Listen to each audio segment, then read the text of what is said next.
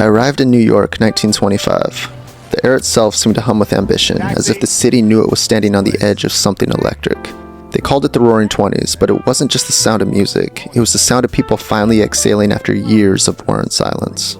Every note from the trumpet felt like rebellion, every dance a declaration that life would not be quiet again.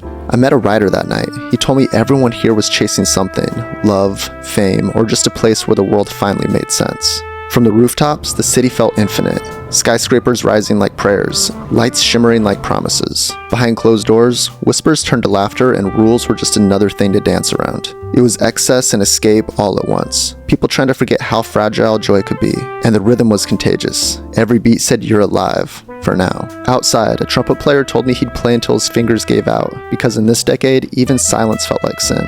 By day, men in suits chased fortunes like they were racing the clock itself. And in hindsight, maybe they were. The world believed the good times would never end, that the music, the money, the miracles would go on forever. But I could feel it, a tension beneath the laughter, like a song playing just a little bit too fast. It was a golden age built on glass, fragile, beautiful, and destined to crack. The leaves were falling like the last dance of a decade that didn't know it was running out of time. Everyone was trying to live faster than the fortune, because somewhere deep down, I think they all knew the music wouldn't last forever. And for a moment, as the last song faded, I thought I heard the silence waiting, patient, inevitable. The sun rose and the city exhaled. Another night survived, another dream spent.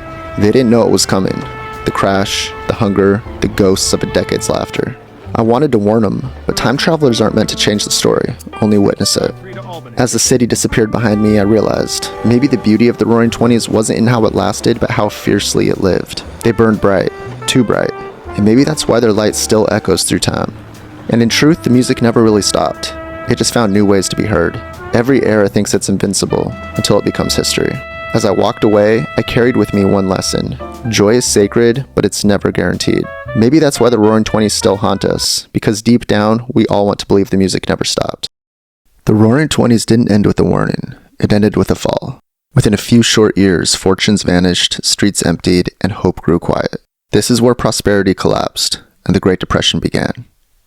The moment I stepped into the Great Depression, the air felt heavy, as if the land itself remembered every hardship it had endured. Standing on that barren field, I felt an ache in my chest, like I stepped into the heart of someone else's sorrow. The wind carried dust like it carried memories, sweeping past me with the weight of thousands of untouched stories. As I shielded my face, I realized the storm wasn't just in the air, it lived in the people who called this place home. The empty farmhouse felt like a heartbeat halted mid-pause, frozen by forces no one chose. Stepping through its doorway, I sensed the ghosts of a life interrupted, lingering like faded echoes. Each step across the crackled earth felt like walking through someone's unspoken grief. Yet underneath the dust, I sensed a faint pulse of hope, waiting for its moment to rise again. I watched a family pack their life into a single cart, every item a memory they refused to abandon. Their quiet courage struck me harder than any storm ever could.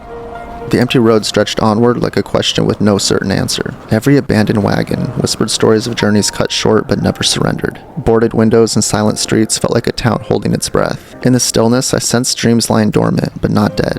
In the breadline, hunger shaped the silence more than any words could. Yet the way people stood, patient, proud, revealed a strength no hardship could erase. Watching strangers care for one another reminded me that humanity survives even in scarcity. The silent factory felt like a monument to a world paused mid-motion, but in the workers' eyes, I saw a glimmer that someday the gears would turn again.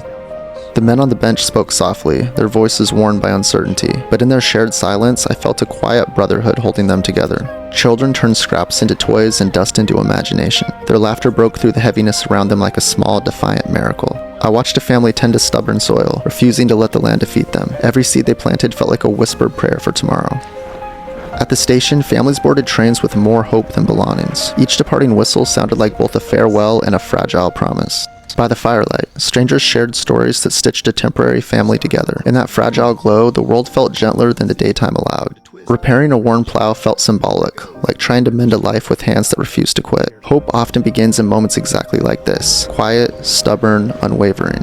In the shelter's dim light, exhaustion and compassion mingled in equal measure. Even with nothing, people found ways to care for one another, and it touched me far more than I realized. As dust swirled in the fading light, the sky looked bruised but not defeated. I felt the resilience of the plains echoing in the resilience of its people. A lone musician played with a kind of honesty only hardship can carve out. Every note felt like a thread stitching hope back into weary hearts.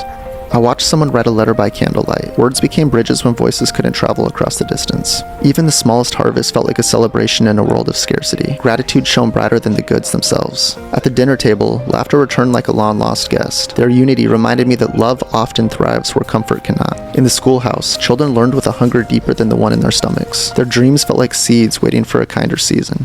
On the streets, people gathered not out of anger but out of necessity, demanding dignity in a world that had forgotten its fairness. Their courage stirred something in me, a reminder that hope often begins with a single raised voice. At dusk, the horizon glowed as if answering the stories I'd carried through the day. In that quiet moment, I felt both the weight of their struggle and the strength behind their survival. Watching children sleep by the fire felt like witnessing the future resting in fragile hands. Their peace was a quiet reminder of what everyone here fought to protect. When the machines rumbled back to life, the sound felt like the world exhaling after a long silence. It was a small rebirth, but a powerful one.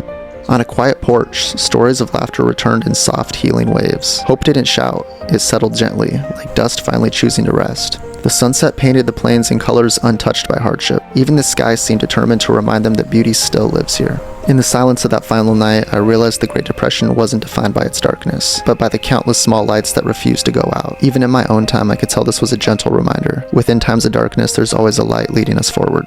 In the Great Depression, survival meant enduring, but in another time, survival meant setting sail. Next, I traveled to the age of the Vikings.